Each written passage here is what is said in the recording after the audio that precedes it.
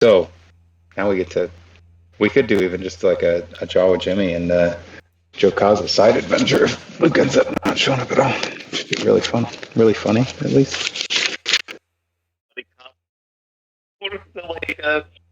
Oh my gosh, I keep thinking the buddy cop from the 80s. What was the one with Danny DeVito and Arnold Schwarzenegger? Twins. Oh, Twins, exactly. Yeah. Let's just role play the entire movie of Twins. I'll be Danny DeVito.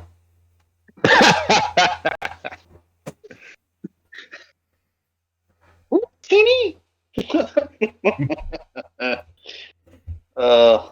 Fantastic. and Luke is here. Just on time. So, you have escaped the pirate base, or, I mean, I don't even know if you could even call it a pirate base anymore. It was pretty much completely run through. There were dead bodies most everywhere, and then you ensured that there were dead bodies outside of the base as well. And with explosions of speeders and bloody body parts flying behind you, you jet off into it. It's a rough path into the Rathalay jungle. It's not super clear. There's enough clearance kind of in the jungle that you could tell where they might have updriven this thing. They probably didn't drive this large, effectively a land speeder at high speeds through the jungle. But they were able to kind of move it. Right. Well, you've exited kind of the base proper now, and you're now you've kind of entered into the jungle surroundings.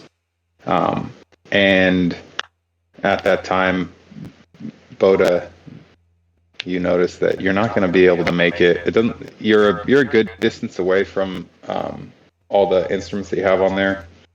And you will not be able to make it all the way to the portion of, I guess, the continent or the region that you're in that the resort that you're trying to get to is on. So you're going to have to. You'll get a good distance. You probably have a day to 3 days, depending on how much you push yourselves, or whether or not you got a speeder bike with Blaine carrying luggage and stuff like that to get to that kind of village outskirts. And so you find yourselves driving along through the jungles of Rathalay. It's a tropical jungle planet, or at least this portion of it is. You got Maxie, yeah, and you have a pirate, some random pirate that you forced to come with you. That's right. I don't remember his name, but actually, I don't know if he had. No, he must have had a name because they were making fun of each other. And as night begins to fall over the jungle, humid, warm, you find yourselves coming to the end of how far you'll be able to make it with the transport. What do you want to do? I mean, you could strike out and walk blind in the night. You could set up camp. What are we this base now? Like many miles? Yeah, I'd say. I guess it'd be probably somewhere around the lines of through the jungle. It seems like anywhere from, like, based on, you're kind of calculating it. You don't have a bunch of sophisticated navigation equipment. You didn't come expecting to track it through the jungle. You're probably. Are we pretty sure that nobody's following us anymore? You didn't see any signs of being followed after you blew up the last speeder, and having seen what looked like probable destruction of the pirate base, it doesn't seem like the interest is in following you guys right now. It might be in figuring out what they're doing or getting themselves out of there. Yeah. I'd say you're probably about anywhere from 30 to 40 miles by your estimation from the location. You're not positive how if there's a lot of like rivers, if there's a lot of walkarounds and kind of switchbacks or up and down, mountains or anything like that in the way that'll impede you, but you're a good distance away, like far enough that you're not going to make it overnight. Got it. And we get to, for probably I don't know, maybe not for you, Luke, but definitely within my experience in RPG for the first time, we're probably going to have to roll some survival for living out in the wild skills. Oh boy. Voda will do the worst at that. Okay. Does Maxie know this jungle? Because I would ask her, like, hey, like, what's our route to get to, non-hostile civilization? Well, I mean, if you want to go to civilization, of course, we'd be going. You said you want to go to the Isle. Yeah. I think. I mean, I know the jungles pretty well. I could probably guide you there if y'all need. Of course, that's why we brought you along. I'm so glad that I'm useful. Oh, you did a great job on the Saints go marching in. I mean, I don't recommend traveling in jungles much at night. There's some predators that like to hunt at night, and they can be a little bit vicious. But if you just settle up, then Do we have Sparky with us? Yeah. Sparky can. What can he do that can help us, like, pitch a tent or get a camp set up? Sorry. I just picture this. Oh, maybe he's back to his normal self after Mike, so he doesn't really have the arms or leg of awesomeness anymore. Oh, he doesn't have any legs or arms anymore? No, remember we put him in incognito to be part of the band, right? Oh, So- that's right. Dang it, we So need he those, has- like, to carry inside of him. You need to have him, like, hollowed out and just put all his arms and legs aside, so he's like a Mr. Potato Head, where you just open up the top and take out the piece you need and put it on. I'm not gonna lie. If you can leave that droid behind, we probably make better time. It's gonna be hard finding routes that we can just use those rollers Watch over. your mouth, Maxie. All right. Yeah. This droid saved your life. Just can't imagine just like going through it. Shut your mouth, woman. Got this droid here. You better be thankful he's around. Can he at least help? Maybe stand watch, keep out, an eye for life forms, or If he had an arm, I was going to say have him start knocking down trees so we could build some kind of shelter with it, but he's not very useful right this second, so I guess he could just be a sentry for us. Let me see here real He quick. has that little, like, antenna, right, that can just watch for movement. I think that Sparky, as you say that, out from Sparky, like from his, like, the center of his the cylinder there, pops an arm, and you just hear as a small circular saw, it's a good size, spins up. Awesome. When you say, like, I wasn't, I knew we yeah, brought but him I'm along not for gonna something. free. Yeah, let's see if we can just clear us the space. I'm going to look at Jowkazza and say, hey, Jowkazza, can you see if you can climb to the top of the tree line and see if you can see anything nearby, like an outpost or anything like that we might be able to ransack for supplies? Sure. Can do that. What do you want me to roll, David? Climbing and perception? Yeah, so it's not a multiple action because you're gonna climb and then you're gonna look. It's not like you're doing it all within one turn. Yeah. Yeah, so climbing and search or perception if you don't have search. And I do have search. So climbing is just dexterity, right? Climbing, it might be a strength skill actually. Is it? That's a good one. I'm going to check. Can't remember. Attributes and skills. Yeah, climbing and jumping is a strength skill. So strength, and No problem. You're up All there. right. 7D then. yeah, I'm going to 7D use my plus 2. climbing claws. I To do said, that. hey, Jowkazza, can you climb that tree? And he's like, what? I'm already up here. Oh. How many? 37 there. And then, let's see. Legendary climbing. Hopefully I can actually find something. Until you do. 13. Go ahead and roll your search one more time.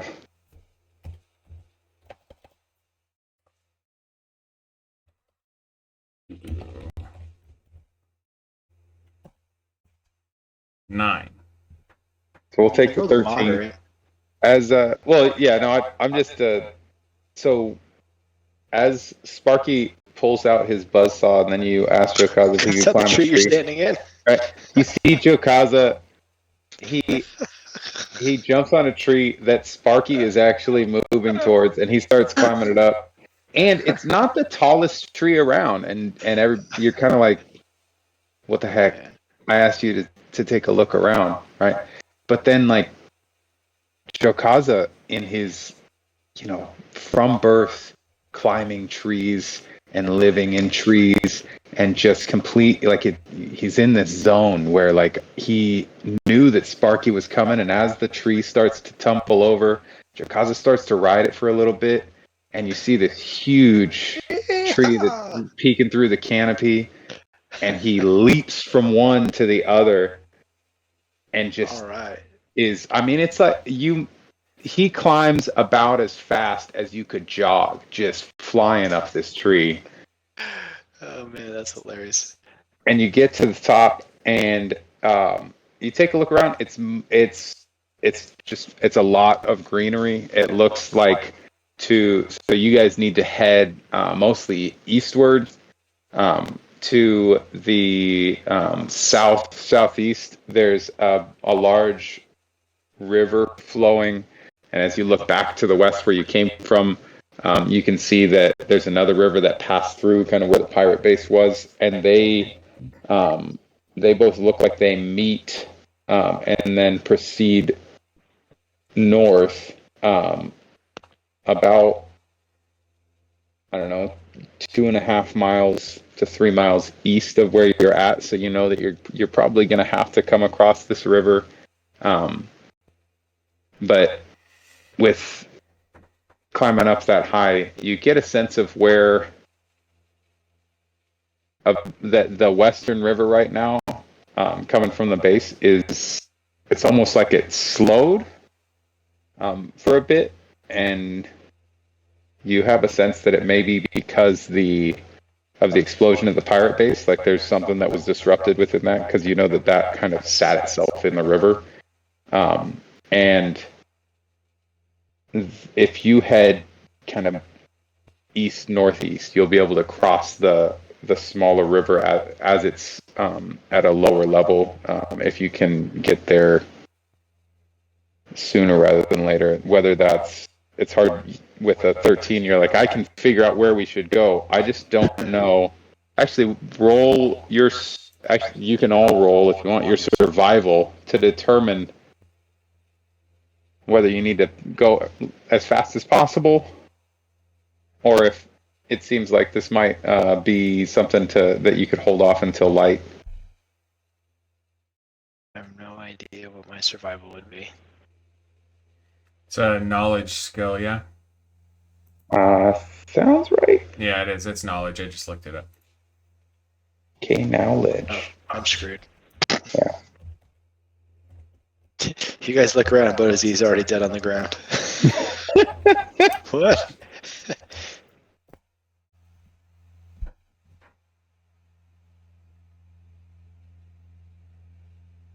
Jowkazza, how could you live in the forest and not survive?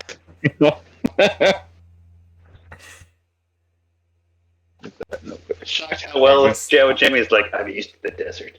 There just aren't that many things to kill Wookiees. There you go. That's Helps true. to be at the top of the food chain. Literally and figuratively. Well, Luke, I know a bit about Bota. I don't get the feeling that he spent a lot of time in jungles. No, we haven't done very much except for when we went to go get the swamp hags on Dothamer. Yeah. So. And I imagine it's not very comfortable wearing armor in a jungle either. You're like, I mean, it seems like it'd be cooler to travel at night, and it's hard to move through the jungle all the time. So you're kind of like, you know what? I don't care. We can do it. We can't. Whatever. But you get the feeling that we can make this trek if we needed to. It's not like outside the realm of possibility. And Jay, oddly, even though you rolled terribly, because Jowkazza grew up in the jungle, it modifies your survival roll, and it becomes very easy for you. Whereas for Luca to be moderate and for Jimmy to be super difficult.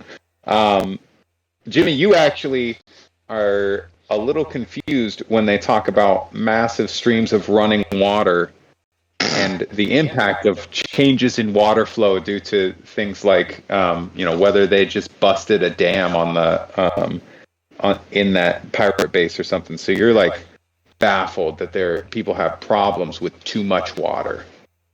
But Jowkazza, you're like, I know I can make it, and I know that and I river can carry 3 people on my back.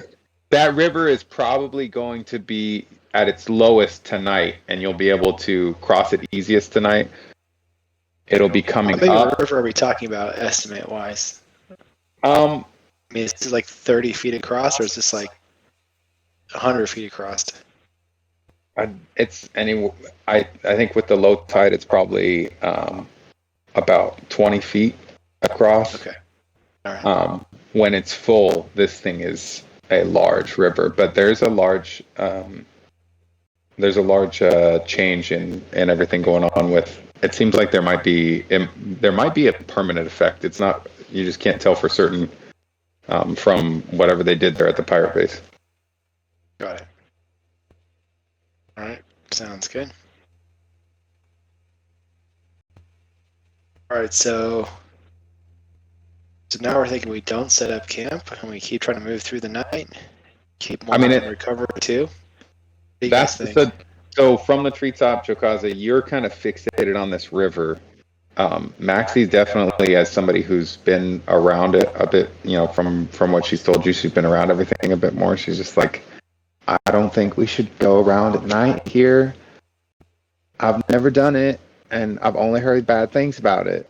But if y'all are promising to be the guide, the guide, like you're not gonna let me get shot because I'm so important to y'all, then I will tentatively agree to this proposition. 3 miles is a little way, but we could probably get there in, I don't know, 2 hours or so, maybe, but we're going to have a hard time setting up camp. And she's just like kind of rambling.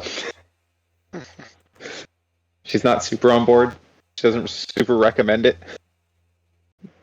But she's just like, I don't want to be out here by myself either. So last time I was out here by myself, I got captured by pirates. That's true. All right. Well, I will defer to survival master in our team to make that decision because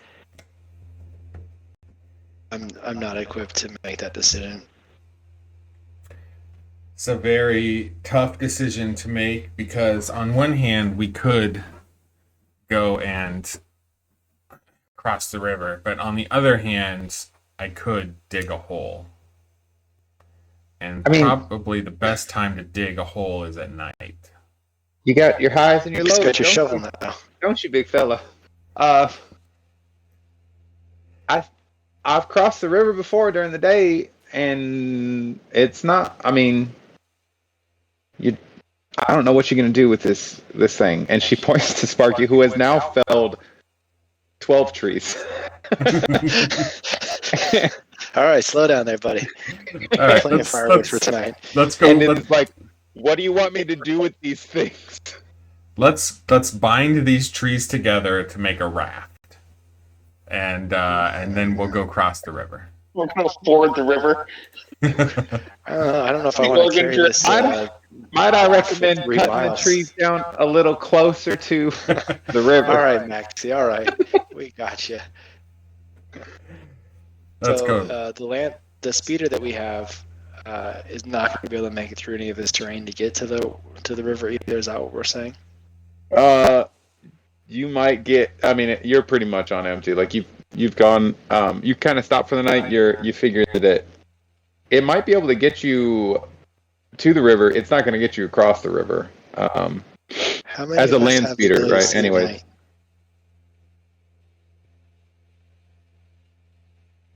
'Cause I can see at night. Who else can see at night? Can Jimmy see at night? Jimmy, do you have night vision? No, actually, Is that a race trait?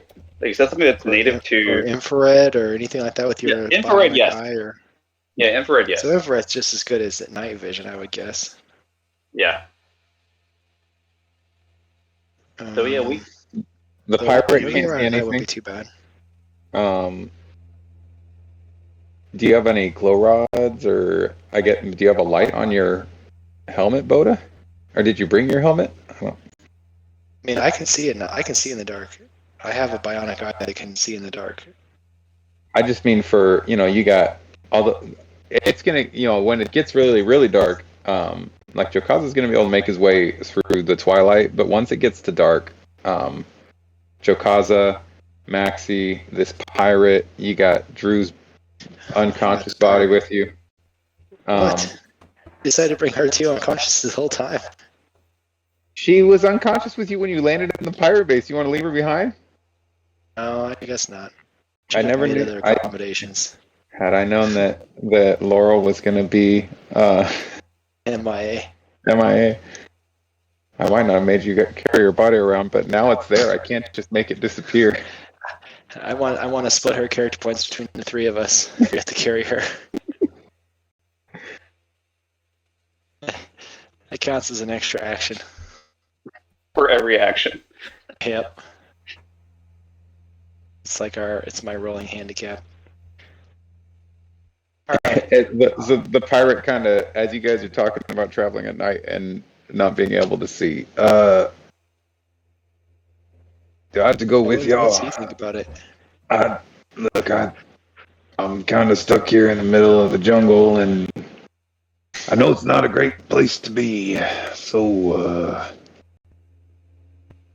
I'd rather not be by myself. If now that you've effectively kidnapped me, you'd take me with you, I would appreciate it. Yeah, you're not by yourself yet, so you better stick with us. Well, are you leaving tonight? Yeah, we should probably press on. Who knows if the pirates will come looking for us.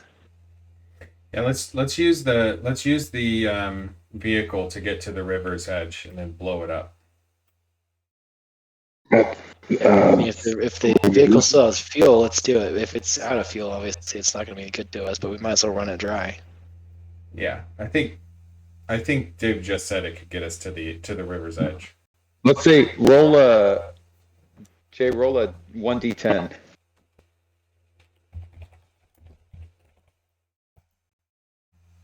It will get you about 20% to the there, which is still a fair distance. You're traveling through there's jungle. A chance. So at that point, you would be crossing the river. There'd still be kind of the last bit. You'd probably get to the river around the tail end of sunset, based on that. Oh my gosh. I probably did. I mean, just guessing. You're just guessing here, and now I'm saying let's roll a die and get a real number here. But I see what you're getting at. I probably did say it seems like it might be able to get you all to the river's edge. And no matter what, I guess my intent there is no matter what, it can't cross the river. It needs a crossing point. Oh, I get that. All right, let's go to the river. What do we got to do to get to the river? Whatever we have to do. Here we go. River time.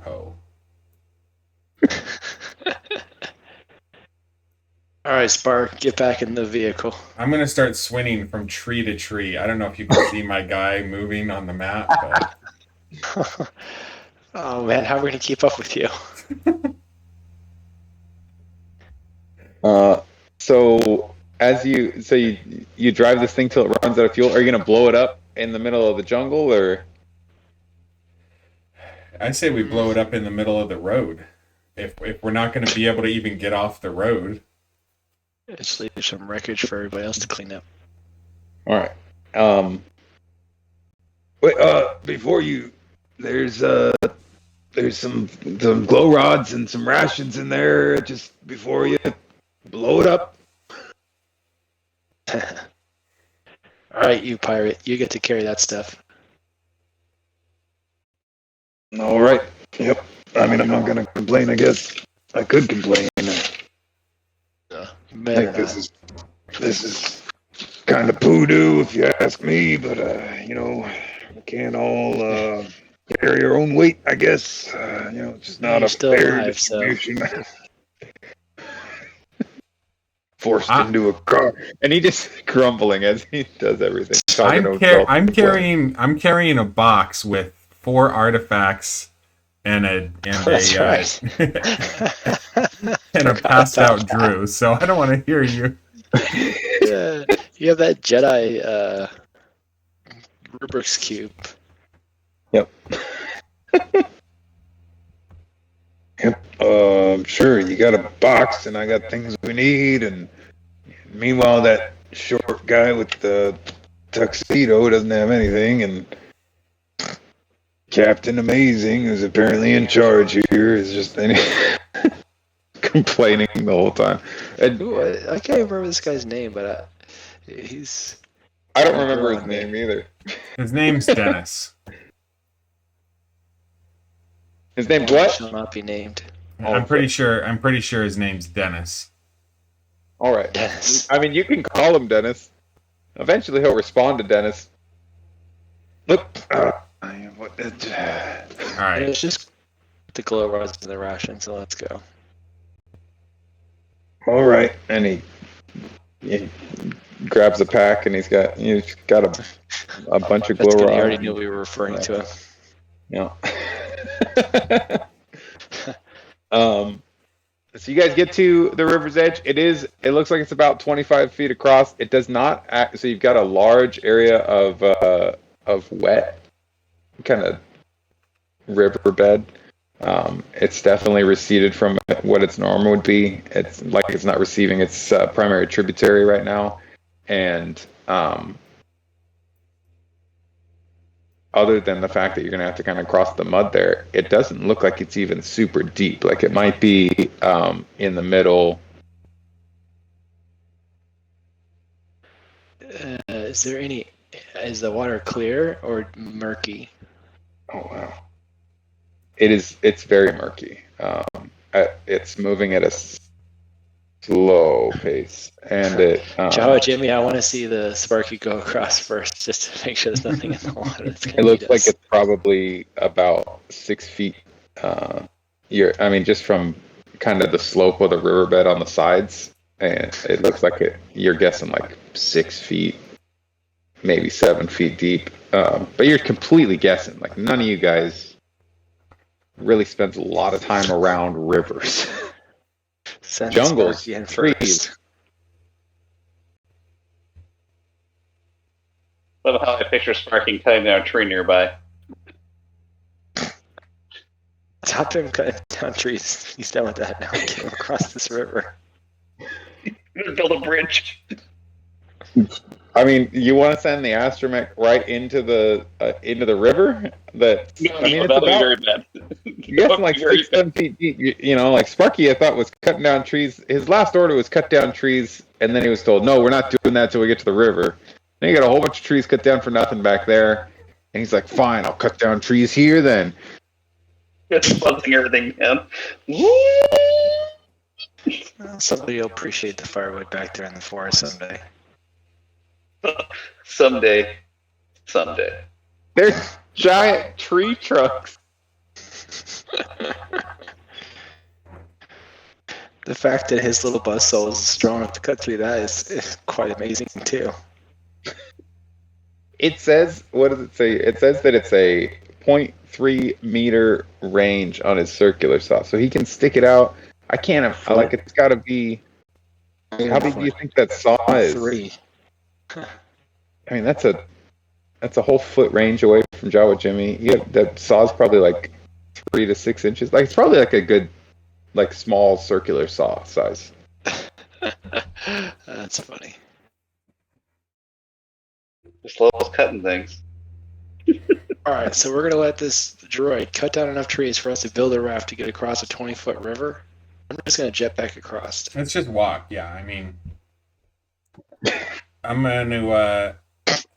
Y'all We're like over-engineering this thing to cross a 20-foot wide river. And you are literally tall enough to walk across this river, but I mean, not all of us are that that big. I'm gonna say, come here, Maxie. We'll fly across. Jowkazza could swing across probably with Jawa Jimmy in his arms, along with everything else he's carrying. First time in a little while I've had a gentleman around. Roll your jetpack, Luke, and so Jowkazza, you're carrying Jimmy and the box. And Drew. I'm going the box. to. What are the Drew's chances? in the box. What are the chances that this box floats, or at least has some buoyancy? The question's less that and more watertight, but it's a spacer's chest, so it should be watertight, which means that based on the air volume there, like with Drew in it, not that Drew's heavy, but that's a decent size mass inside the box, but there still should be enough air in there that your only concern is whether, like, you'll probably have to kind of manage it as you watch to make sure that, because you got to have the lid cracked open so that Drew can breathe. Yeah, I get that. So you'll just have to manage the box to make sure that it doesn't tip and start to flood water in is all. All right, so I'm gonna float the box, and I'll grab Dennis and throw him over my shoulder. Come on, Dennis. It's either this or you're walking across yourself. Oh. And he just kind of you can tell he's kind of like tense, but he's just, I gotta let this happen. Oh, this is the worst. Like, I'm a pirate. This is so embarrassing and terrible, and this sucks, but I really don't want to be left out here alone. He could walk across the river by himself if he wants to. Yeah. Go ahead. He'd have to swim at some point. He's not tall enough. That's fine. That's fine. How tall is Sparky? On a side note. Jimmy, you're going to have a hard time. I mean, Sparky's 2 meters. This says Sparky is 2 meters. Sparky's not. We have legs. His legs on. That's the legs. Okay, so Sparky's probably He's giant with his legs. Sparky's probably a meter, right? Jimmy, you're going to have a hard time getting Sparky across and you across. Like, you can't sit on him and ride across because you're not attached to him, right?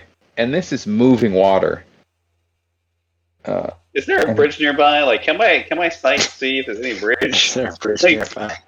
Is there any kind of way to not have to ford this river? Like, we didn't even search that, did we? We didn't even look to see if there was a crossing, did we?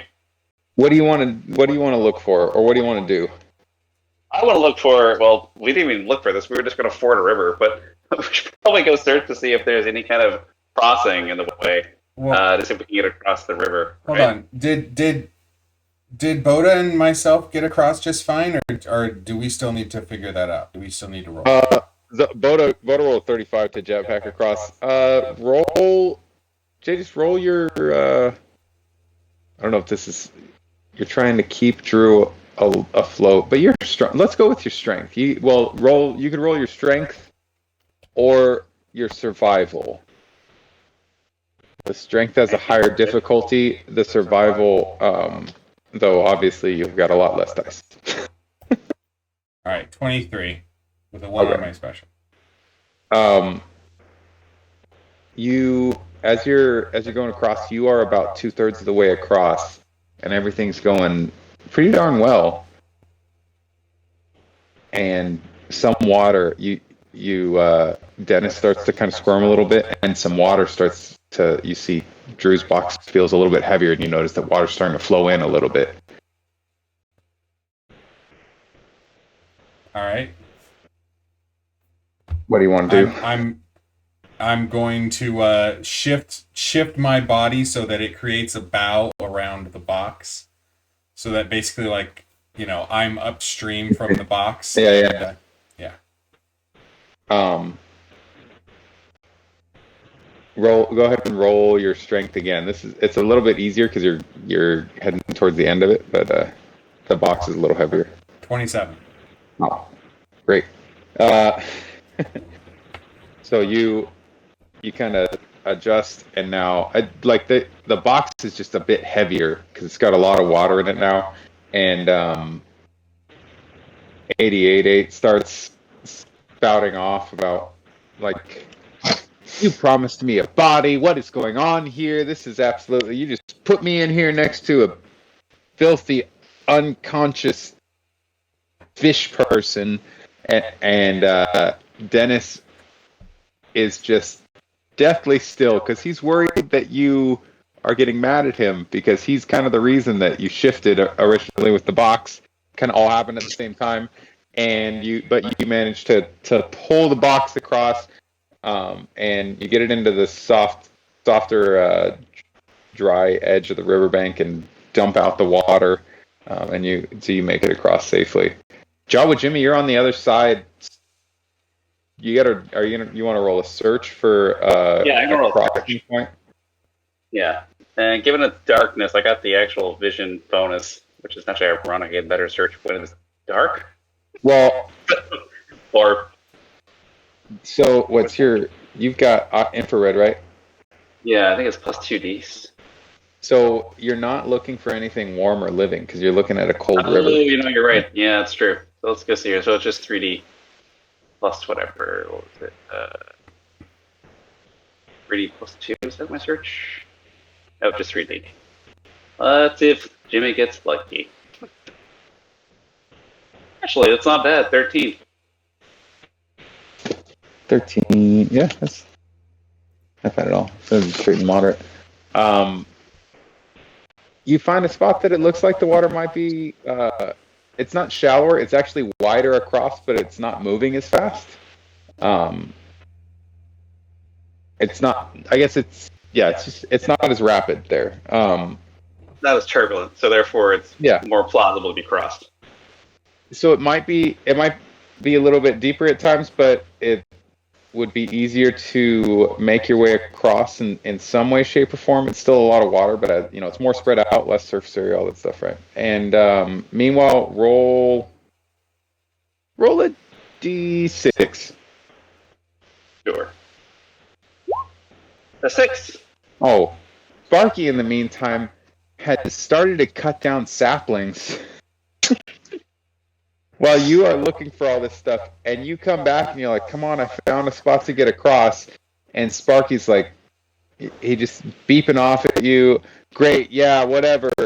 And he's actually got enough branches, and he's with his little fine working arm and heavy working arm. He's built a raft that will get that, like, you're gonna have to figure out how to distribute the weight. But it seems like we could probably get across in this if we had some way to. And then Sparky cuts down another, like a long branch, and you're like if we had an oar or like not an oar but a paddle like the gondoliers use, and you're like, all right, guess Sparky solved the problem. But unlike the Mandalorian, Sparky will not be the gondolier because he has no arms. For now. That is in his programming. He remembers. Oh man! All right, then I guess we'll forward the river and raft. roll. Everybody, let's go with.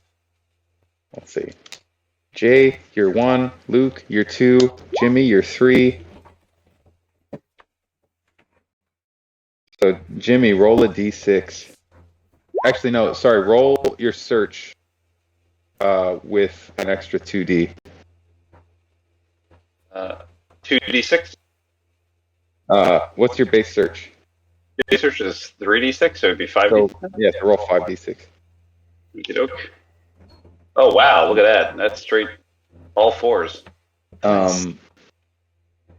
On where you left from the river, you pick up some warm bodies, and then as you look across, you see your friends, and then upriver from them, scanning across, you see some more warm bodies, and they're, I mean, relative to Jawa Jimmy, everything's big.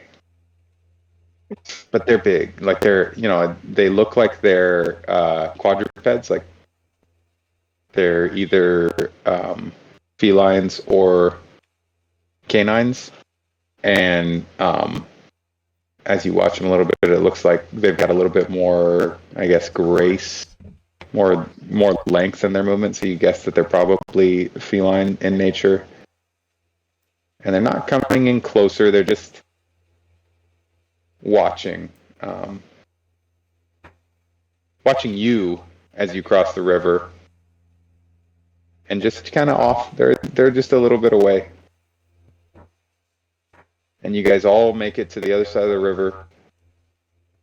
You see in the distance just a little bit of light and smoke as the last of the sunset comes, and you can see the fire burning down from your speeder, and you're across the river, but it's about to get real dark, and you could either sleep in the middle of the night or in the middle of the day. But it's been one heck of a day. Yeah.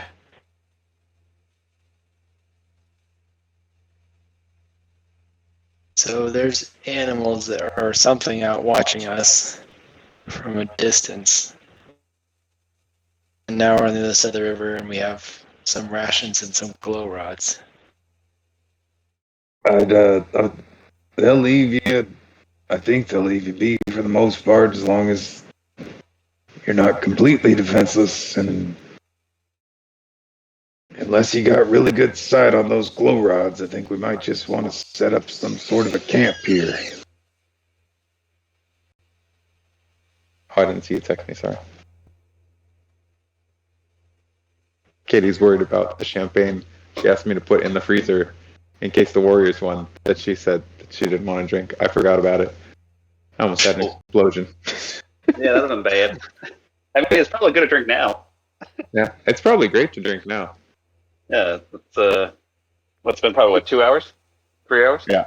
Well, I went Yes. right before, I don't know, maybe like 8:00. I went and I got gas in the truck, and I picked up 2 bottles of champagne because we got some of our friends are coming to visit from Sacramento this weekend. Not Luke. He's not in Sacramento. He's all the way in Placerville. But Coming down for Father's Day. Oh, Come on. what a for Father's Day, I'm traveling 3 hours. He's in Placerville. That doesn't even count. just another place up there in the woods. See, it is. So now you guys have I mean, you've made a considerable distance. For all your guys' knowledge, it feels safe enough from the pirates this far away and this late at night. Nothing seemed to have been following you. You made pretty good time too. Taking the speeder and everything. Yeah, let's just make sure we get up far enough away from the shore in case this river bank shifts overnight and they actually open up the floodgates. So to make camp, what does anybody know? What do droids do at the end of the day? They just stay on all the time, power down for a while. When R2 was in Dagobah, he just kind of sat there in the rain. Remember? Yeah. Doesn't C-3PO say at the end of the day that he's going to power down for a minute? Yeah. Yeah. And then he wants an oil bath. Yeah. The Mecca. Jimmy, Sparky kind of beeps something at you about you owe me for this, and you see him kind of like as they're on the raft, it gets imbalanced for a minute as he lifts up his shuttle legs one at a time, and then he says, "And you owe me for the raft." He has some big arms, don't you worry, and some bigger legs.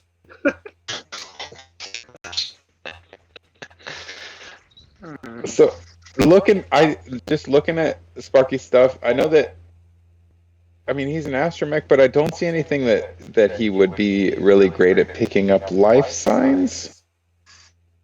No, I don't think he would be. If we're Must have out some of the kind game. of like security or sensor array that would just pick up movement. I didn't think he had anything special. Like as far as like R2 had that little sensor thing that he would stick out and like monitor movements. Not all They were- astromechs. Yeah, and Sparky had giant arms with guns on them. You know, I mean, he had a bunch of stuff. I don't know if we had to go back to factory. So he did have a bunch of stuff. I think he still has his stun field. he's still got has he's still got a lot of the stuff that he had. He just didn't have his arms and legs. Is the main thing. Or the heavy grasping arm, which is the best thing ever. For punching.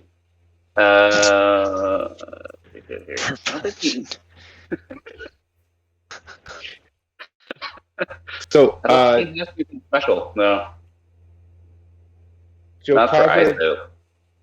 I presume at the end of the day you wanted to do something with your shovel. Yep. So I'm going to roll my digging skill, and I'm going to dig a hole around us, like as a perimeter, kind of like a moat. All right. I'm going to use it. The wording is using physical prowess to make a large hole in the ground. So, we're talking about a real hole here, not just Where is the digging skill? Well, according to the wiki that we all use, it is under strength. Okay. No, I'm not saying you're wrong. Because I was just looking on D6. I didn't see it. So that's 18. I believe you. I just want to find it so that I can. There we go. So that I can, accurately describe what Jowkazza is doing here. So let's see. Dancing, dodge. What's this under? So I kind of imagined that, we've got the river on one side of us, and then trying to make basically a hole on the other side of us that, we wouldn't, where somebody might come to sneak up on us from in the night. They wouldn't necessarily be watching the ground, and they might fall into the hole. How long do you want to dig for? I'll dig for solid 40 minutes. So, with 40 minutes and being a Wookiee, actually, roll it with plus 1d6 for the shovel helping you dig. Okay, this is going to become canon that my shovel gives me plus 1d digging. I mean, I don't know what else it's gonna give you. We're all aware. You managed to cover the whole space in front of you and roll 1d4.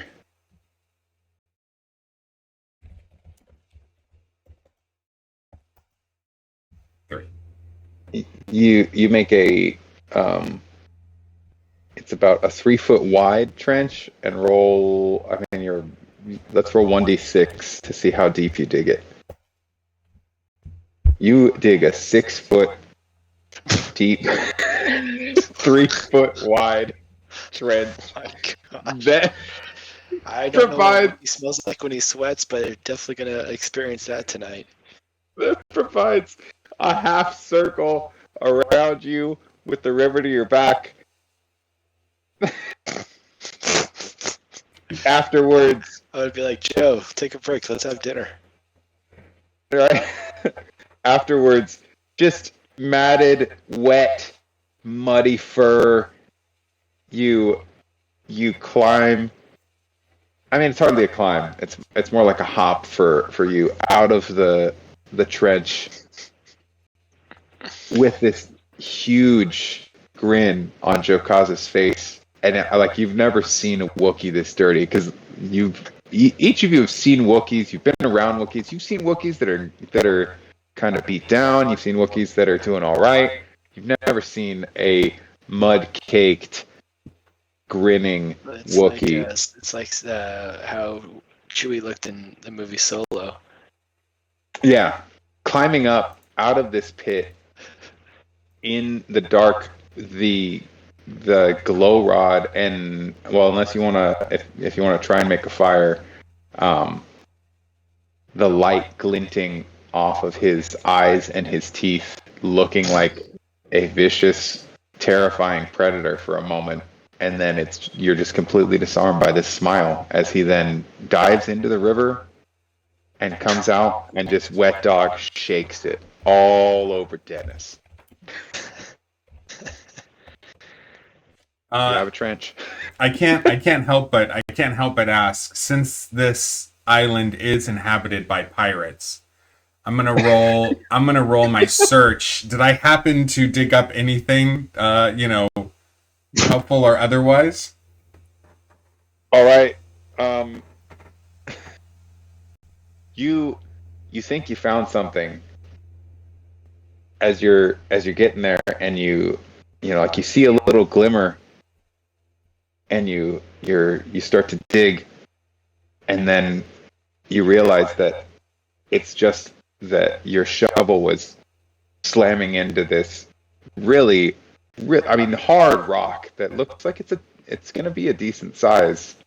If you want to dig it out, you could, but you can't tell if it's a good rock or a bad rock. But it's it's just a rock as far as you can tell right now. Oh man. Okay.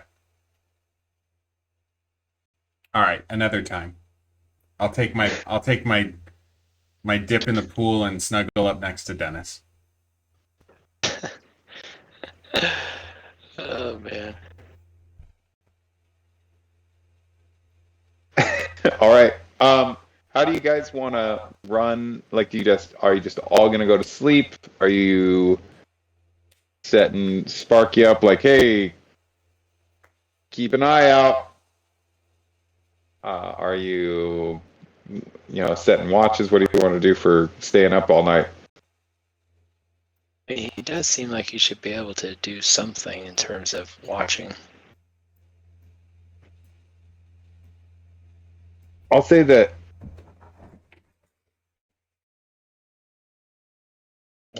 Sparky can.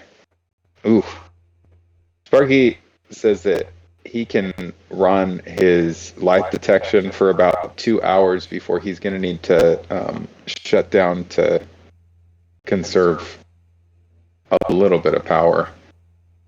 You can't tell if he's sarcastic or just like, screw you guys. Like, you can do some of your own work after he cut down all these trees for you. But he's like, yeah, look, I'll give you 2 hours. All right, that's fair. Starting to just push some of his own independence.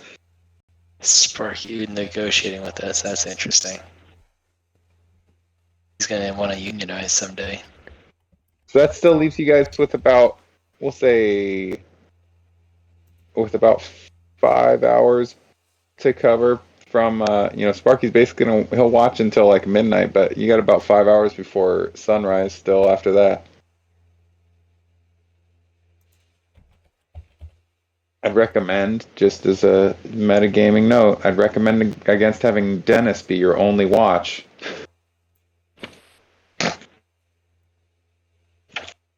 I would guess that Dennis would be not going very far if Jowkazza was laying right next to me. Just watched him dig a hole 6 feet deep. Without a, ooh, I mean, broke a sweat, but still. Yeah, I'm not worried about him going anywhere. I mean, do you All guys right. want to just call it? What about sleep for a minute,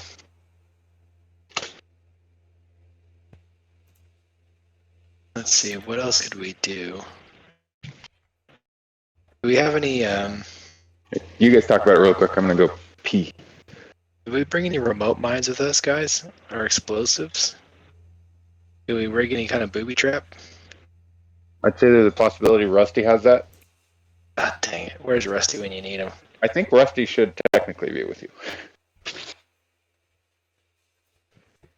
Yeah, Rusty's with us. We could just use it. Yeah, because Rusty punched a pirate in the face. And then That's right. you guys made him follow you around and lead you out, and then Bota let him go. Alright, fair enough. So Rusty gonna set up a perimeter of explosives. You go off automatically. Triggered by something walking near it. But far enough away that it's not gonna hurt us, hopefully. I figure if you have a 6-foot hole around us, 2 on the back, around us, that's pretty good. Third alien. Oh, my foot got wet. Oh, what's this trench doing here? What's this? Just fill that pit that Jowkazza dug with like firewood. Just start a giant bonfire that burns around us overnight. No one will see it hit us here. No siree.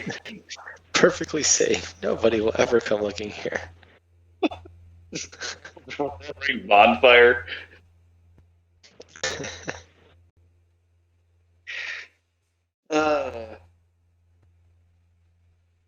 Let's see. Metagaming a bit, but if in these kinds of situations where it's us in the dark, they're in the dark, do we stand more of a chance fighting them now? Like getting a quick rest and just attacking in the dark? Will we have a surprise advantage or would it be a disadvantage?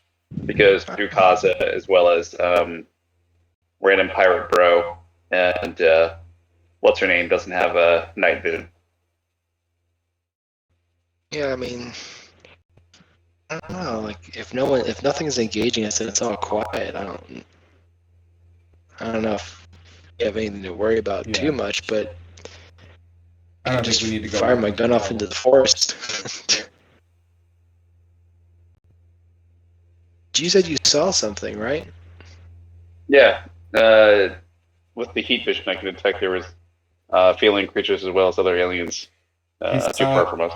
He saw a couple pirates dressed as furries. They won't come to us tonight. Just taking out in the jungle. You gotta watch for those ones.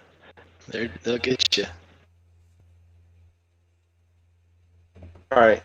Well, let's just let Sparky do the first couple hours, and then. I don't even know like what the length of a night is on this planet, so maybe it is only a couple hours. Max, he'll tell you that it's about 7 hours before sunrise. All right. Well, we can bed down, get a couple hours, and then figure out what to do from that. So I think we're good. Yeah, as long as we don't head too far into the forest, and if we do tonight, then we want to be a little bit higher up.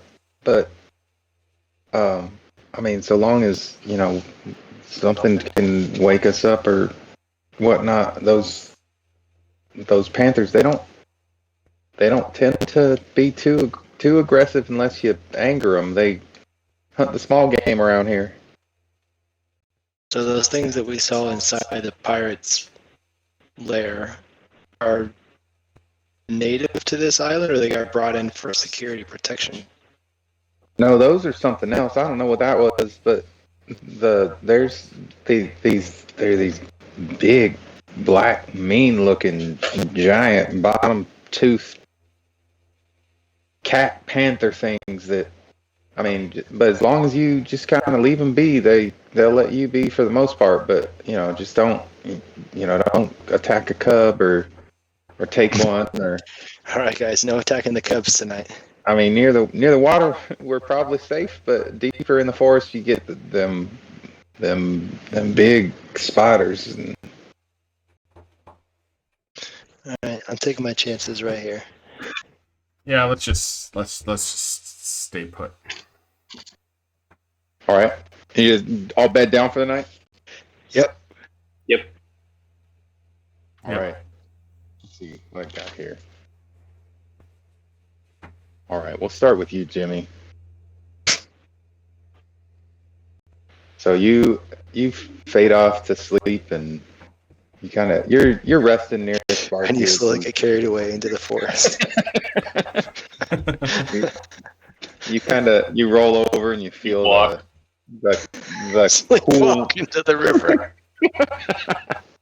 You feel the cool metal of Sparky next to you. It's that it's almost this comfort of like you're in the middle of this weird. You're not used to a jungle, to a river, to any of this.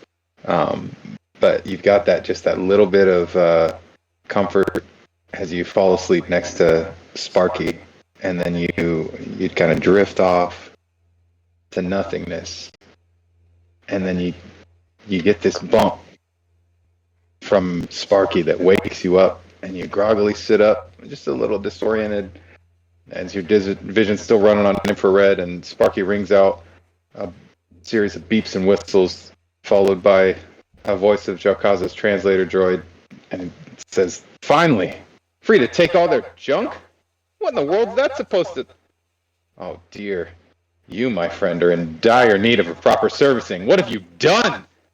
If anyone hears of this, we'll all be turned into slag."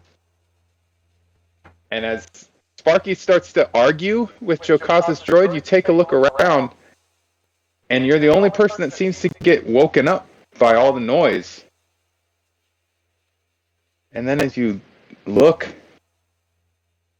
as you kind of stare at the bodies and you kind of go to move to wake up Jowkazza, droid's talking, like, what the heck's going on? You realize that all the heat signatures are a little bit colder than they should be. And then you realize that everybody's dead. And Sparky rolls over and says, "There better not be a problem with this."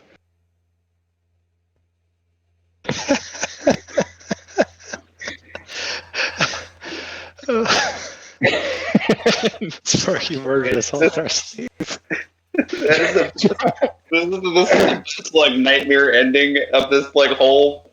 So how did the Star Wars RPG end? Well, they all went to sleep forever. Just picture this arc welding noise in the background. You just it's like, what the hell is that? I'll show you who stays up for night watch. Jowkazza, you fall asleep, and then you feel like you're just kind of drifting off. You finally like back where like this comfort of being in the jungle, and then you wake up alone in the jungle, but it's kind of like oddly familiar, and you see your backpack and 2 crates full of medical supplies next to you, and you're just like, that was the weirdest dream. I was fighting pirates, and there was something about spiders, but there's no time to think of that. And you've been, you're just like, I've been traveling for weeks, and I just need to get these supplies to the doctor before his resources run out. And you grab your bag, and you know that you're pretty close to the city, and you camped just before night to avoid any curfew patrols, and it shouldn't take that long.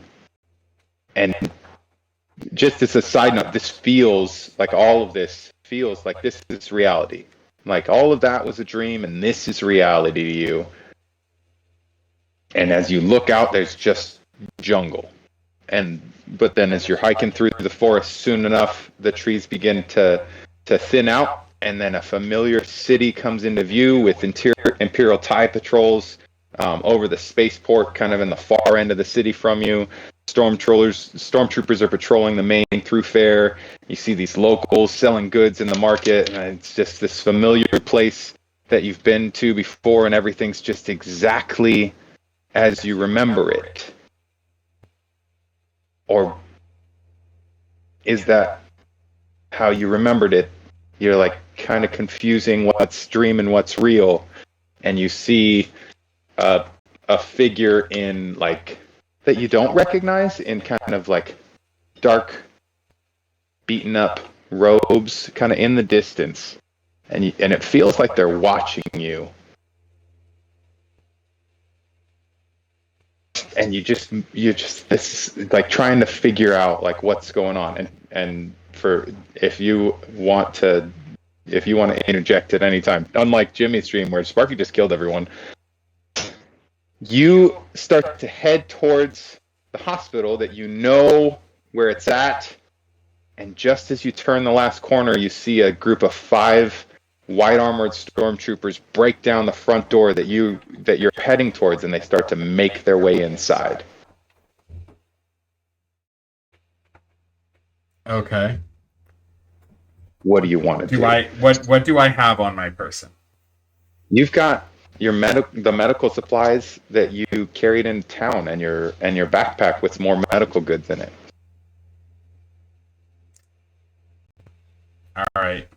Are these guys obviously threatening, or I guess I will? I guess I'll observe them and see if do they appear threatening, or do they appear not? You know what I'm talking about. Because no, they just kick down the door, and as you're standing there, kind of standing off to see what's going on, you hear blaster fire from inside. Got it. And you hear in your head, you can change it. If you kill him, I'll help you. All right. Well, I mean, even if I didn't hear that, I think I would run inside and try to fight them. Sure. All right. So you run inside and see all of these bodies strewn about, and like everything just feels kind of like out of place, like you've been here before. And as the stormtroopers come in, you just go into a complete rage and tear them apart. Like just grab one by the head and slam it into the wall, and the next one comes and you kick him straight in the chest into the one behind him, and like you just maul these stormtroopers. And then as you smack the last one across the head, your blood runs cold as you look down and you see frosted tips and a puka shell necklace and the dead, empty eyes of Blaine. And as you pull the helmets off the rest of them, you see Drew and Bota and Jimmy and Rusty all completely torn apart, and on a cot in the corner you see the body of Maxien, who came with you, and you just like it's just like everything's wrong. I think you must have eaten too much garlic.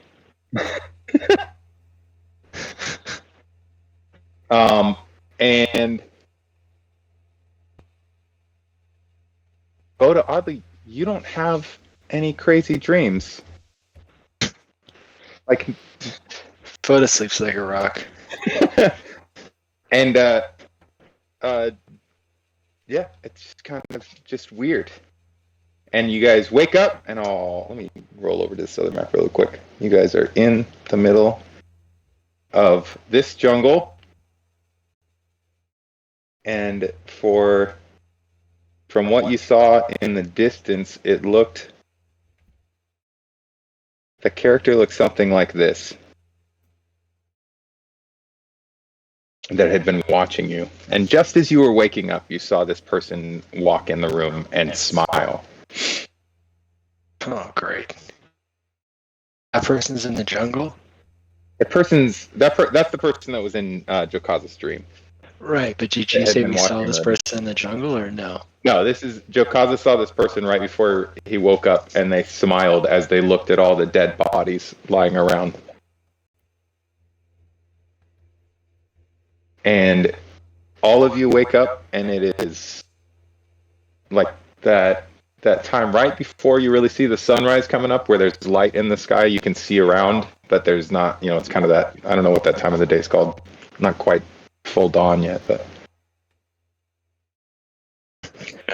We're all pulling our guns on each other. Jimmy, everyone's alive.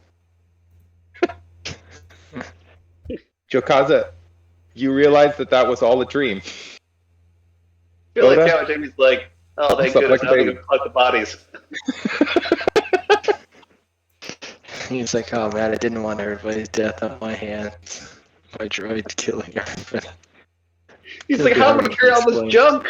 It wasn't enough that people swear to him. It's like, I can't even carry all this junk. Like, he's just upset. Like, he was just upset. Like, carry all this. Oh gosh, I just don't have time for this right now. And Rusty wakes up and Oh man, I had the weirdest dream, guys. You remember when I met you, Jimmy? And I almost killed you. I mean, the lizard monkey almost killed you. Man, I had this dream, but this time when the monkey ran with the thing, it wasn't a bunch of stormtroopers and that one Zabrak chick that was singing and trying to be mean to Jowkazza. It was all of you guys.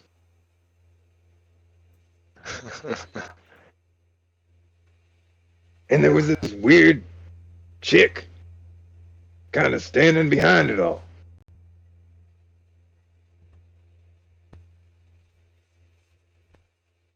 Alright, it's gonna mean something later on down the road, guys. Don't freak out.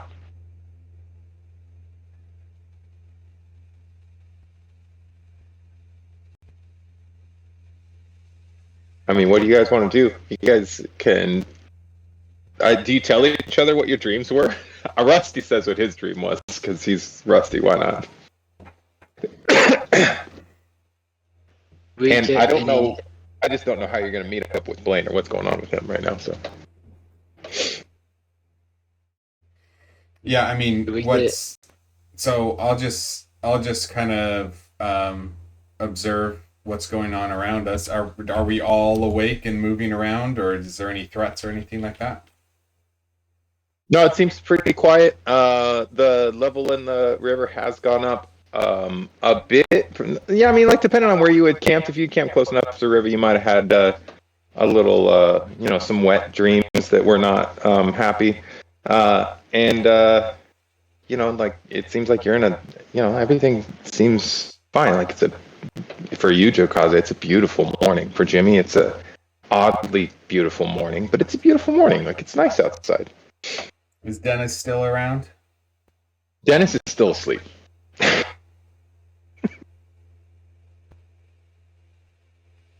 He's still sleeping.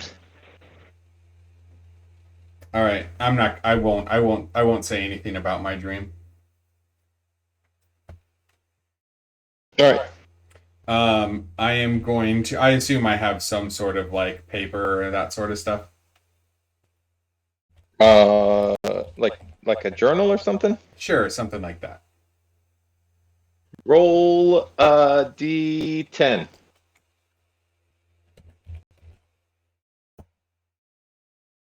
You have a full journal. You've only filled in a small amount of it. I was gonna calculate a number of pieces of paper if you rolled really low, but no, you have your own little pocket journal. It's probably, I don't know, 5 inches tall by 4 inches wide-ish, 3.5 inches wide. That you can kind of scrawl things in here and there, and So I don't know what Right letters. I don't know what this Home would of be, Bota. but I'm gonna roll. I'm gonna roll my forgery, and just kind of sketch out the picture of the last person I saw in my dream, Okay. and I'm gonna put a little Roll. sign on it top says "Wanted."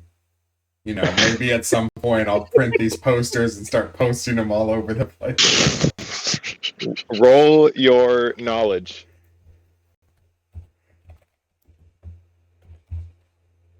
Uh, 8 with a 6. Hold on.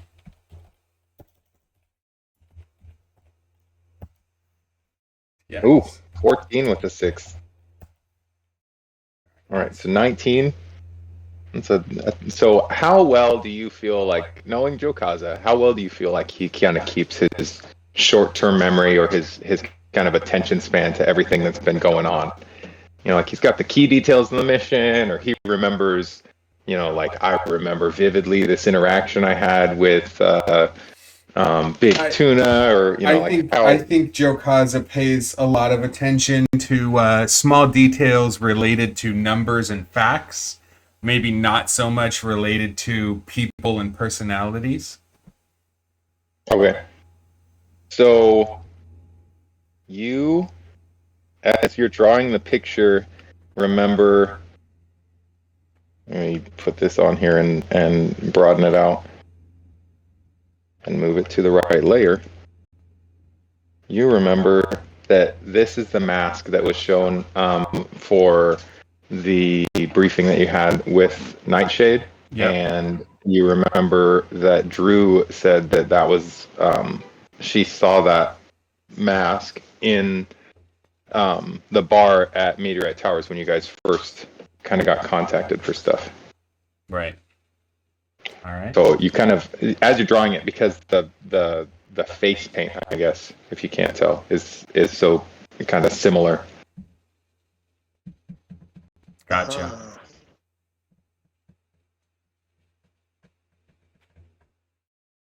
Okay. Jimmy, what do you want to do? Jimmy's gonna say, "I thought you all were dead." Jimmy, did I met myself? Jimmy's like, "Damn it, Sparky! What did I tell you about trying to kill people in their sleep? Don't do it while I'm asleep." You need adult supervision at all times, don't you? Sparky beeps and whistles and says, like, I didn't do it. Yet. No. Tonight. No. You know what? I've done a lot of work here, and you get like the droid expletives in there. You know, like I've been doing a whole bunch of Griffin work here, and this is absolute poodoo that you would accuse me of this. I didn't do it. It happened while you were sleeping. It's not my fault.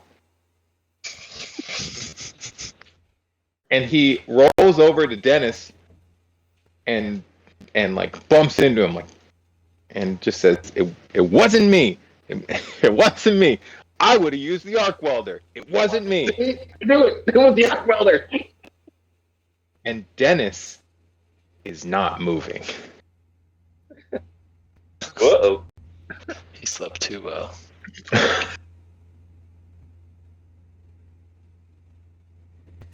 And he just keeps not moving. And Sparky eventually, like, he starts to roll Dennis's body, and it starts to roll down the riverbed. No, Dennis, I was just about to Towards the scan water. you. I was just about to scan him with my data pad.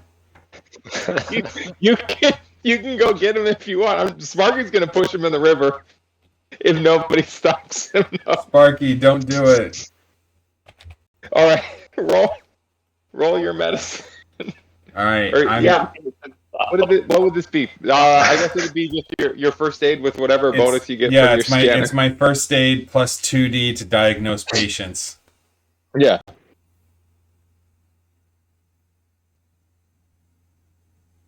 It's 27. Dennis is dead. What did he die from? Dennis, no. There's as you kind of look him over, there's no signs of any, it's not like there's no like stab wounds, there's no blaster burn, there's No arc welder. there's no arc welder, there's no circular saw. You kind of go through the list of the things you see Sparky do, right? And there's nothing, and then your medical scanner comes up and shows that his there's heavy damage to his heart, I guess. Oh no! Like, I hey, rolled over on him in the middle of the night. like severe bleeding, like internal bleeding, localized at his heart. All right. Poor guy. We only knew him for a day. I'm gonna. That was a rough day for him. That's it. Yeah, it's a very rough day.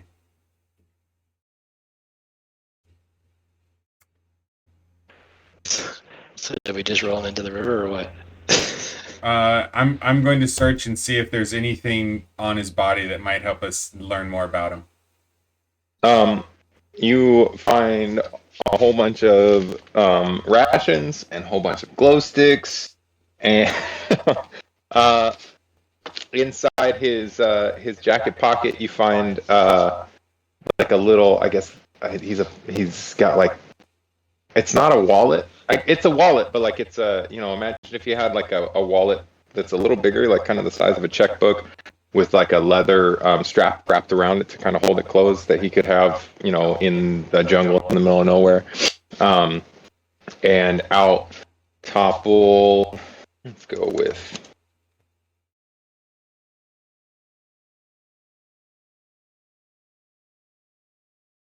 out topple 60 credits. And like a handful of little like notes on kind of like shorthand for kind of little people that they'd been able to pull money from, or goods that he'd gotten. And then as you kind of rifle through it, you see some pictures of his family. Oh no. Dennis and his 31 children. It's Dennis, and like half the picture is torn off, and then it's Dennis standing next to this like obviously like street rat kid, and you get the sense that the person next to it was a wife that you don't know for sure why it's torn off, but kid wasn't very well taken care of in the picture originally, and he's a pirate, so you're probably like, yeah, he probably wasn't a great dad, but at least he liked his kid. He didn't like his wife. Bad relationship, but she probably had the kid, and he was probably writing home about the stuff he stole. Oh man! All right. And how nice it was to be a pirate, and how he was, like, you get the sense of like, I'm like, oh, look at all this stuff that I got, and he's sending like cool little trinkets that he got from their pirate operations to his kid or whatever.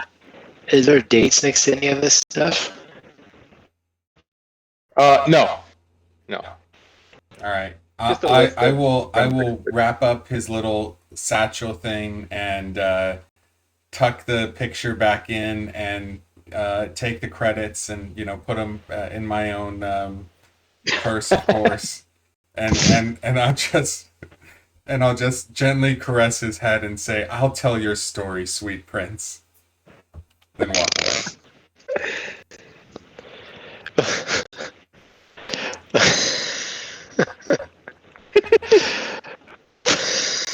Oh my goodness.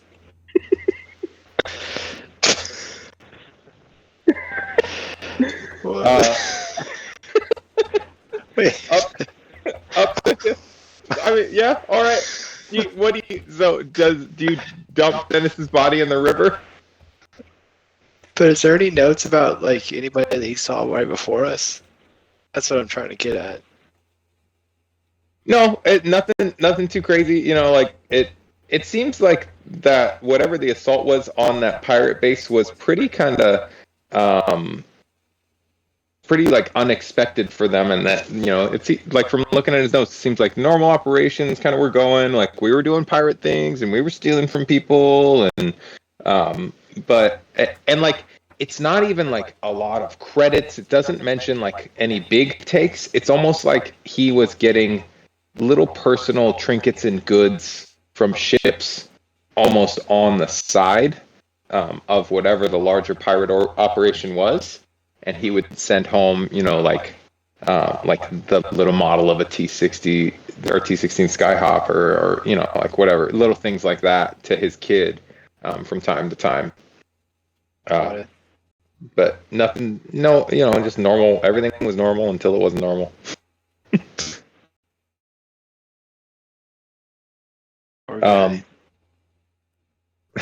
Do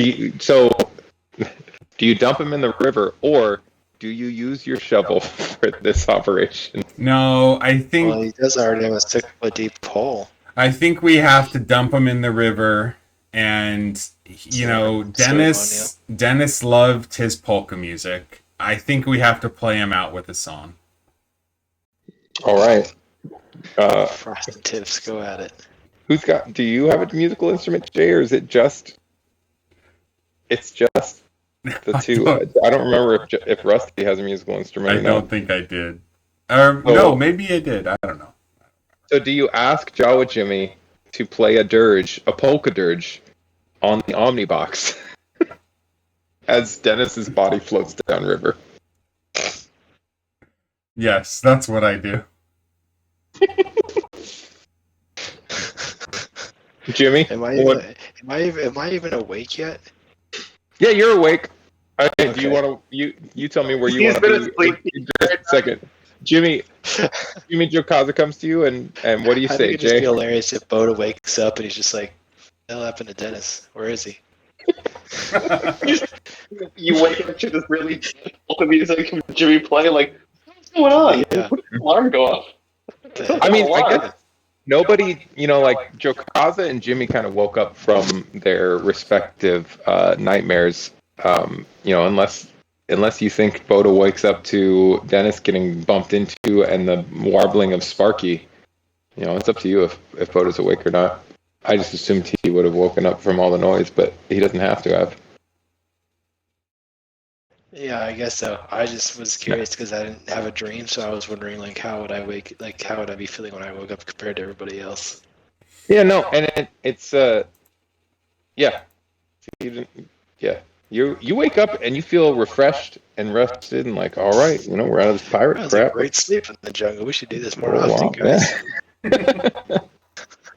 I haven't done this before. Jimmy, do you play a polka dirge at Jowkazza's request? And Jowkazza, how do you ask him? Oh no, RP this. How do you ask him, Jowkazza? Dennis, he was a guy, and he should leave our lives like he came into them, surrounded with polka. There you go, right to the heart. Jimmy looks at him and is like, for you? Yeah, I'll do it. Roll your musical instruments. Which is what? Is it the 46 plus 2? Yeah, 46 plus 2. I think it's mechanical. Yeah, a whole lot 11. So it's a moderate? Yeah, I think so. It's, Jimmy's never played a polka dirge before, and he has only played the Omnibox once now. But he thinks he's got the handle for it, and soon enough you hear it's a slower version of When the Saints Go Marching In. Yep. It's the only song he knows. As it should be. Jowkazza basically, he picks Dennis up in both arms, cradling him, because Dennis is a small man.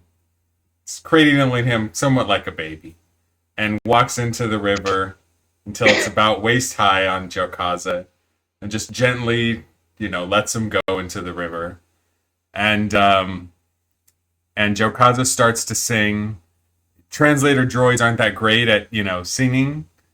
So it doesn't really come out all that right as far as the tune goes, but through Jowkazza's tears, the translator droid just says, "Oh, how I'd like to be in that number when the saints go marching in."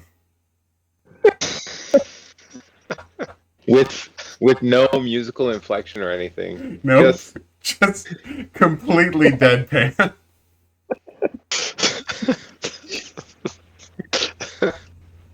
And the body of Dennis slowly floats down the river, and as you come up the riverbank, kind of like not super downhearted because you didn't really care about Dennis that much, but a little bit because you just did this really sad thing. Maxie and Jowkazza, and Rusty rather, are talking, and Rusty's like, Yeah, and I mean, like, it was like the same memory that I had before. You know, like I was talking about earlier, like all this stuff about like when we first met and how like I've had this aversion to blowing things up ever since I almost blew up Jimmy and all this stuff. And well, like then in the background, this woman, she wasn't in that memory, and I don't know her. I knew everybody else there. They like she just like looking on, like smiling, kind of weird, like. and then Maxie's like, "Oh, you saw her? Oh my goodness, I've heard about this, but I did not. I mean, like, obviously I told you guys I deal mostly with trying to do environmental stuff, but I'm kind of like also a like amateur archaeologist, and they say that there's this Rathalay witch that gives people dreams in the woods, and she comes from this like site of this like there's this place that used to be in the woods where she's just like talking with Rusty when you guys get back about his dream and about this woman in the dream that didn't fit."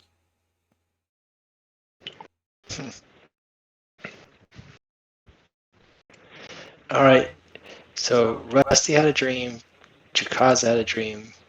Rusty had a dream. You don't know about Jowkazza's dream, and Jawa Jimmy was talking about Sparky killing everybody. Right. Now, I didn't have a dream. Did Maxie have a dream? Oh no, I ain't had no dreams in a long time other than dreams of not being captured by pirates. Well, I guess that's a good thing. But they say that there's this place out in the woods or the jungle or whatever you want to call it. I mean, we say woods colloquially, but you know it's jungle technically. And yeah, just like there's I know I've seen it. There's this ancient little temple thing that they got where there used to be. They say there used to be this group of people that they would go there and they would do these things kind of like them Jedi did way back, but they were not always nice people, but they faded out in time. But there's this witch apparently that, I mean, they're all dead, but I guess that some people when they go in the jungle they have these dreams, and in the dreams it's always stuff that's happened to them, but it's a little different, you know, like something that they've always kind of worried about, or you know, like or something that happened in the past that they regret, or some big event in their life, and it's just a little different, but you know, like it's bad different. And then she's always there and she thinks, oh, this is great, like something's gone wrong in your life, like she feeds off this negative energy or something, like, you know what I mean? Like, I don't understand how these Jedi, if they were so powerful and so good, how they let all this happen and they just poof disappear out of nowhere. I mean, like, it just doesn't make sense, you know? But apparently this lady from this temple place, she shows up in people's dreams, and you know, I mean, it's kind of like it's between us and the Isle, so we're kind of close to it right now. Like, it's not too far away, but it's around. I mean, we don't have to go around there. Like, it's kind of spooky, and like there's that's kind of where the spiders are at. In case, just to step out of character, she will ramble as a person. And she's just talking, and like you can tell her shut up or interrupt her or whatever you want at any point. All right, let's go. Is there anybody in the hole? Oh, all right. No, there's nobody in the hole.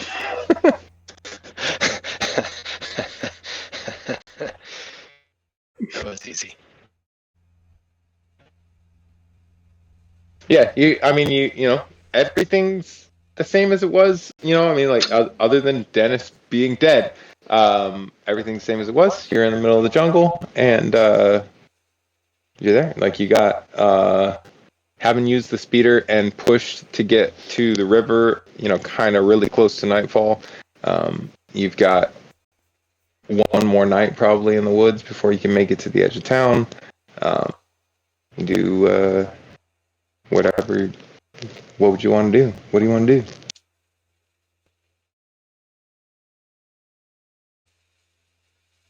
So we're still a day away from town, is that what you said? Yeah. Oh, wow. We got work to do, boys. I mean, it's not that bad walking through the woods during the day, but you just got to be careful at nighttime when we get deeper in there, because we're going to be kind of in the middle regions at night. Like I said, like near that temple, or just in the woods around here. They're not native to the planet, but it's a big galaxy. Things travel, and it's just kind of whatever. But we got these spiders, and they are big. They're big, and since whenever they showed up, they staked their claim to space. Spiders. and Got it. All right, let's go. And I pick up my shovel and my box with the trinkets and Drew. Throw it on my shoulder. Motion to Bota and Jawa Jimmy. You don't know the idea of packing light, do you?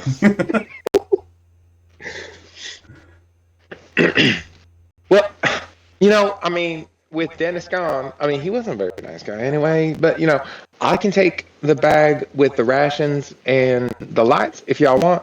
But Mr. Bota, I wouldn't want to, as a lady, impinge or impugn on your right as the gentleman to carry the load if you'd like. But I'll carry it. I'm just, we're just heading that way. And she points towards kind of the direction you're going.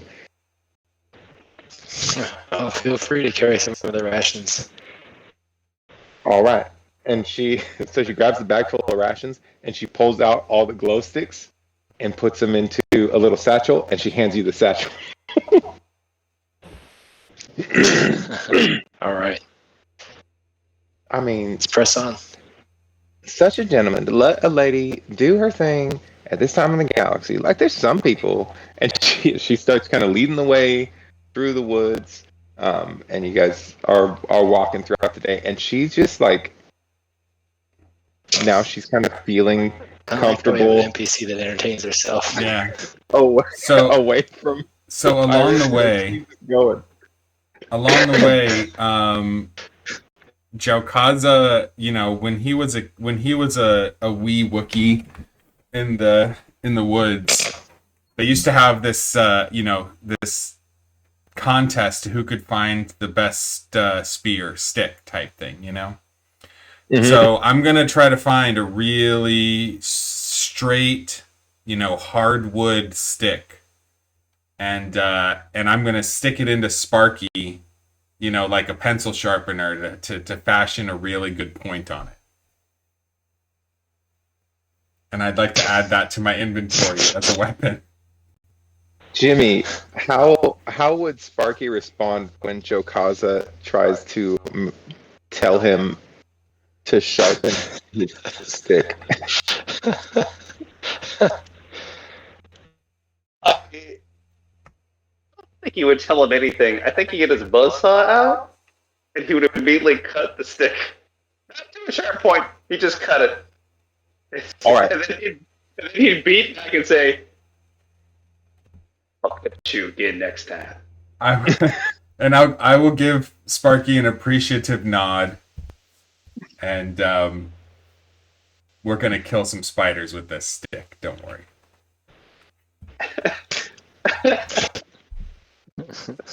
I'm gonna find this. Actually, I think I've got it in our wiki somewhere. So I added weapons and ridiculous. No, there we go. Doggone. That's a good question. Could he even sharpen a stick? Is it the circular saw? I mean, I don't see why not. You know, Huh. this is a standard melee weapon. So You- that's- I mean, it is. I just thinking about it, like from a.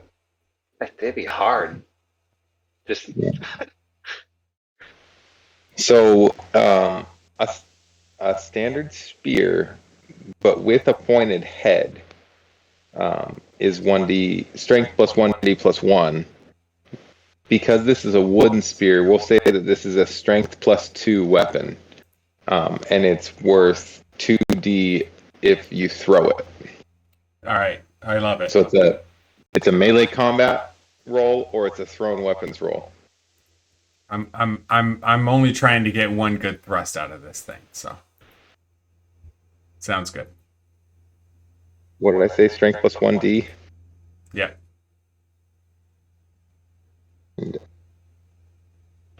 Plus 2d. All right. So you make a spear, and Maxie just keeps talking the whole day. I mean, she talks about like her time when she was younger. She talks about how beautiful the jungle is, and like, don't you just want to protect this? Like, isn't it just so great out here? I mean, I will be honest, it's been kind of a hassle dealing with them spiders because they just take up so much space, and they cast their webs out so that like it blocks out sun from the lower plants, and then everything dies on the bottom. Everything's found on the top, but you know, like you need the life on the bottom to feed the life on the top. And she just keeps talking and talking as she's kind of like leading you. She's just walking through the jungle effectively. Like Is she she knows even paying kind of what attention where she's direction to go. walking though? She Okay. knows this where she's going, right? She knows what's going on. She's just constantly just like chatter, just like she doesn't even need you to respond. You know, whatever. She'll just keep talking. She's completely content to tell you everything all day long. And if you, knowing your character, each of you, feel like you'd be kind of annoyed by this throughout the day, go ahead and roll your willpower to try to ignore her.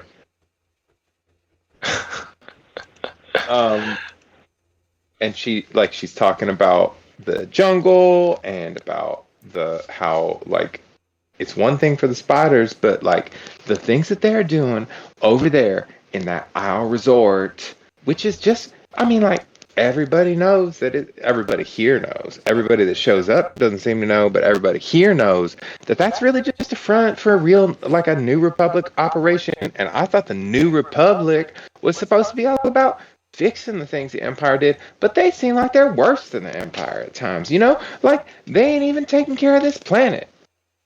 And she rolls back to the Rathalay witch, and Rusty's a little bit interested, but she's mostly just talking to herself anyways. Like, and they say that her spirit still dwells in that place there in the middle of the woods, but I mean, like now it's like the edge of the spider territory practically. Like they're coming, like kind of encroaching on it, and I've been there once or twice, but I've always been a little bit too scared to go in by myself. But you know, like some people say that there's traps in places like that, and so that's why I'm like, you know, I know how to get around the woods, but I don't know if I know how to get around like them traps. Like I don't know what kind of traps they got. Like they go there and they worship in the forest and they doing all this weird stuff, and then she flips to talk about like galactic politics. Like she just goes and goes and goes and goes all day long. Just keep talking. And is there anything anybody wants to do throughout the day? I think I'm going to tell her to lead by more than a couple 100 feet in front of us. Roll. Are you? I guess this is a genuine roll of persuasion, unless you're trying to make it sound like I think you should lead in front of us because I know how to deal with weird terrain, and it's better to have the person out in front. And then it's a con. Yeah. I'm going to persuade that if we should keep a little bit of distance between us in case of an ambush. Okay.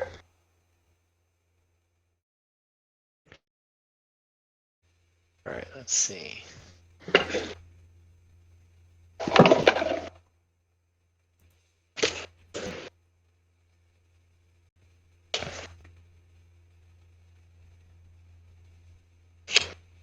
What do we got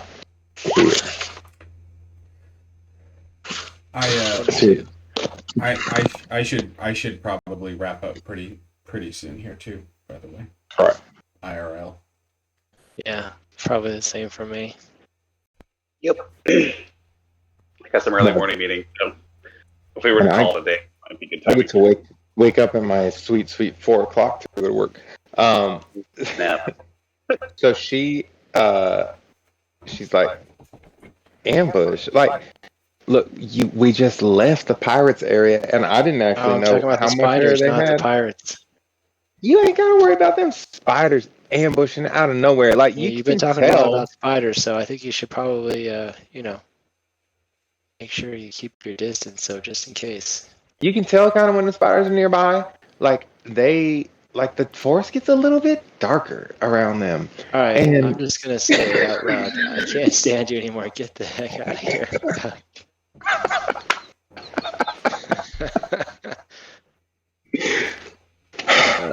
Do I need to use a command? And I thought that you were supposed to be the gentleman Yeah, of the well, I group. thought you were supposed to be a lady. And the lady knows how to mind her manners and be quiet. and she goodness gracious.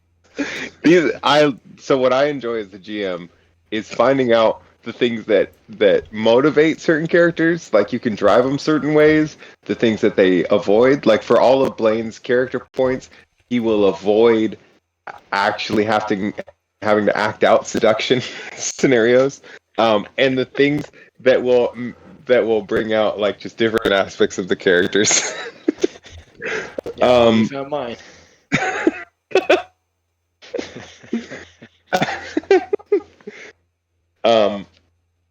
You see, like, she seems almost like legitimately hurt. Well, I mean, if that's what y'all want, and she kind of quickens her pace a little bit, and she's moving up on by herself a good distance away from you, but you can hear not like super loud, but you can kind of hear just a light as you're traveling, her kind of like talking to herself, like, like, I come out here and they come in and they're supposed to be like, I'm being saved from pirates, so I appreciate it, but I mean, I just, like, he could have been nicer about the whole thing, like, and she's Still talking. talking to herself about it. Like, she just feel, it's like she was trapped up in this pirate place and she felt really worried at first, and then she got out and she's finally like, oh, I'm back. I'm gonna make it home. I'm gonna be safe. And now she's like, oh, and the people that I'm traveling with, like, they're just using me, kind of a thing. So she'll travel ahead of you guys, and we'll call it at everybody camps down for the night, and this time we'll, at the beginning of next mission, remind me if I forget, we'll roll for camping up a little bit higher in the trees so that you're not, she says, easy prey to the spiders that y'all don't even want to hear about.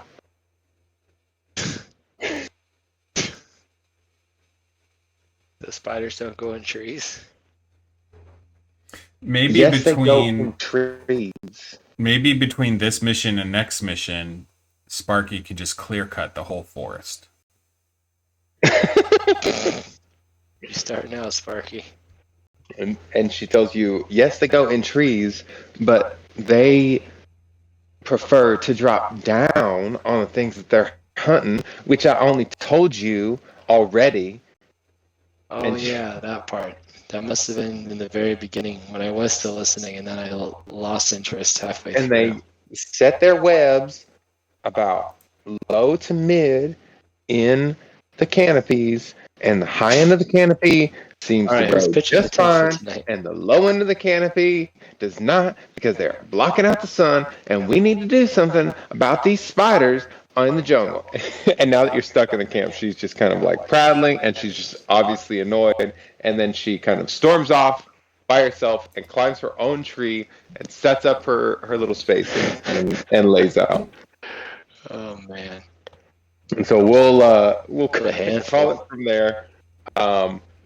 Thanks guys for showing up. I hope that it was at least enjoyable at times. Oh man, this is hilarious. It's like Yeah. a whole different spin on missions that I'm just not used to, which is funny We got to travel through the forest, and wonderful all at the same time. and there's a dead body that you don't know anything about, and you got to ford a river, and I still don't understand why he just died, so that's kind of weird. It kind of makes nobody even tried to figure anything out. Well, I I don't know know Jowkazza them. did, right? You Yeah. Heart know stop. that he died from, like, it's so, like, just to kind of clarify that for the record, for the recording before everybody goes to sleep. He died. It's not like it He was a heart lived. attack. It's like his heart imploded almost. Like it's like something crushed his heart from the inside Jowkazza without definitely leaving rolled over on him. any marks. And the only reason you know that is that Jowkazza rolled really well with his medical scanner and everything. So, And then you guys sent him off down the river. and then you send him off down the river to when the Saints go marching in. Solves that problem. Which now I'm like I have a map more or less of the planet and the region you're in my head, and I'm like Yeah. I gotta like He's I gotta, gonna like, end up back actually, where we like- started from. well, I'm gonna like Somehow have we're to gonna like run into roll him this again. out and see if like does that river like pour out to where you're going or somewhere along like some Yeah, we walked civilization? right Like in, is there are somebody there gonna find he is. a bloated body of Dennis in the water somewhere? Poor Dennis. Oh, for the record, that'll be 3 character points for Jowkazza and Jimmy and Bota. Thank you guys. Thanks for digging a giant ditch, Jay. I really can't wait. I think Jowkazza needs like at least 4 with all the carrying duties he had to do. You know what? You've convinced me. Give Jowkazza 4 Great. Give me on the record. give me a light side point for carrying Drew around for the last 3 missions. Yeah. And he saved us all from the spiders by digging that giant trench. That's right. Well, Did there you? is. I will say this, Jowkazza. We'll find it. You'll find it out a little bit later, but we will explore the implications of acting on the anger within your dream with this Rathalay witch there, and see what that does. Because I have a couple things written out. I've got some like loose notes written out, but they're not like fully finalized. Nothing like it's not like I'm like your character turned to the dark side, but there will be Did. something. And yeah, no, thanks for. Hopefully that was enjoyable. Bota and was just too somewhat lazy to even have a dream. But well, so There's no It- turning it all- Bota. it all has to do with all the missions leading up to this. Ultimately, That makes sense. so you can contemplate that, I guess, on your own, and then we'll and So I did give a hint within kind of Rusty's side conversation that I gave with Maxie, and I mean Blaine. I guess hopefully Jordan's back in 2 weeks. Blaine has his own dream that I did write out as well. Bota just kind of is down to business. So. All right. Yeah. Fair enough. There you go. Botus has got just getting this mission completed in his mind. All right. So Thanks, where does guys. that put us? See you guys. Weeks? Let's see. That puts us out to I think July.